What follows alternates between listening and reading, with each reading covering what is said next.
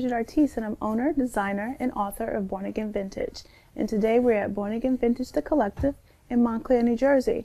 And I'm showing you how to cut a sleeveless t-shirt. First, you cut the t-shirt midpoint.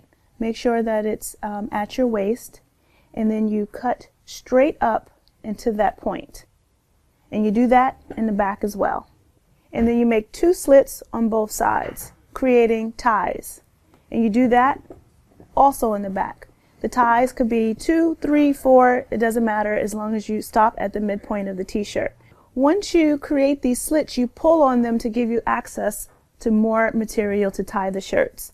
And once you do that, you could tie center, you could tie the side, and you create a cute little design in your sleeveless top. And that's how you cut a sleeveless t-shirt.